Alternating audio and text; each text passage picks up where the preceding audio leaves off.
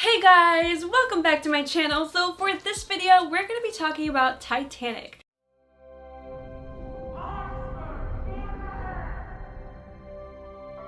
Titanic was called the ship of dreams. And it was. It really was. So as a self-proclaimed Titanic connoisseur, the number one comment that I get the most just from like every day is, Jack could have totally fit on the door. And there has even been an episode by Mythbusters saying that they could have fit. But in this video, I'm going to be bold and brash, and I'm going to debunk the Mythbusters and tell you as to why Jack could not have survived. Okay, so let's go ahead and talk about point number one, and this is something that the Mythbusters forgot to add to their experiment, and that is the temperature of the water. The temperature of the water was -2.2 degrees Celsius. If you guys have any idea what that feels like, if you guys have never gone to it, they actually have an experience at the Titanic Museum where you can either touch the iceberg or dip your hand in the water and you can get a feeling for just how cold that is. But if you guys have never felt it before, -2.2 degrees Celsius feels like a bunch of tiny little sewing needles or pins going right into your skin, every square inch of your skin. I fell through some thin ice, and I'm telling you, water that cold, like right down there, it hits you like 1,000 knives stabbing you all over your body. You can't breathe, can't think, at least not about anything but the pain. It is a very violent pain that you get from that kind of temperature. So in that temperature, what your body does is that it stiffens up. So if you guys have ever tried texting during winter, you know how hard it is to be fast with it compared to summer where you're like da da da da da, and that winter you're like, my fingers are so cold, I can't type fast enough. So that exact feeling, multiply that by like 3,000, and you can see, you know, that stiffness that makes it impossible to even swim. So your body stiffens up.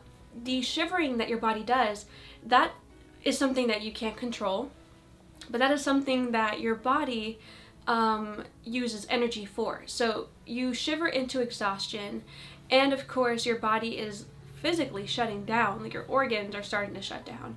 So that is why it led to eventual death for a lot of the victims on Titanic, with hypothermia being the #1 leading cause. Right when Jack and Rose get into the water, you know, they're at the top of the ship and they sink down with the ship.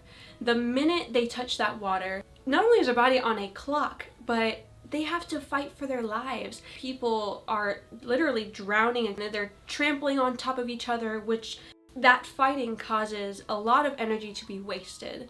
So now they've already wasted a bunch of energy just trying to stabilize themselves. The second thing I often hear is, well, Jack didn't even try. And actually, he did. Here is a scene, well, it wasn't even a scene, it was like a half-second little moment where Jack did in fact try to get onto the door with Rose, which actually isn't a door, it's a door frame. It's actually the top of the door. So as you can see, the door frame started tipping over this way when he tried to get on it with his weight, and he decided, you know what, I'm just gonna let her stay on it. And he made the correct choice.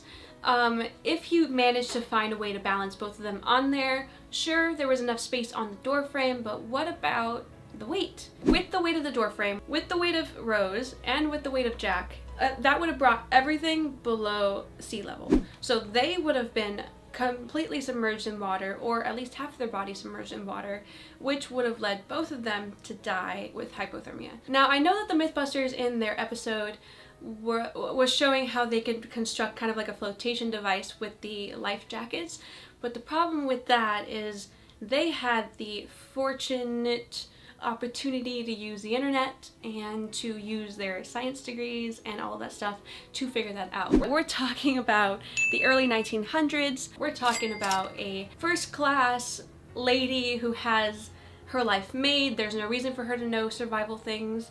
And we're talking about a third-class guy who has hardly any education. So I don't see how the average person could know to construct something under there. And on top of that, be able to do it with their body completely exhausted. That's something the Mythbusters left out. They left out to exhaust their bodies before attempting to get on, to do the whole thing. So now we're getting into the meat of it all. And that is, they could have alternated. And that would have not been a good thing or a good idea for them to do, and here's why. That would have never allowed their bodies to properly regulate. The problem with that is that they would have completely spiked their body temperature. I mean, if you even go into hot and cold water back and forth that aren't that hot and that cold, you would get sick. So times that by 1 billion, you would die. Now let's talk about how they could have survived. The only way they could have survived, there's 2 ways. The first one is if Rose got on the boat to begin with, Jack could have been the one to get on that door, and they both would have lived. Stupid! Why'd you do that, huh? You're so stupid, Rose! Why did you do that? Why? The second way is if there were any local debris. Now, unfortunately, they did do an open shot, and there wasn't any open debris to be picked up and get on. A lot of it sunk to the bottom of the ocean. If there was by chance another piece of wood that Jack could have got on, they could have survived.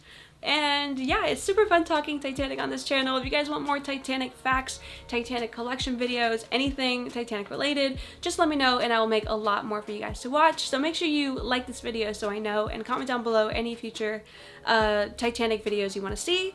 And make sure you subscribe and turn on the notification bell so I can see you in my next video.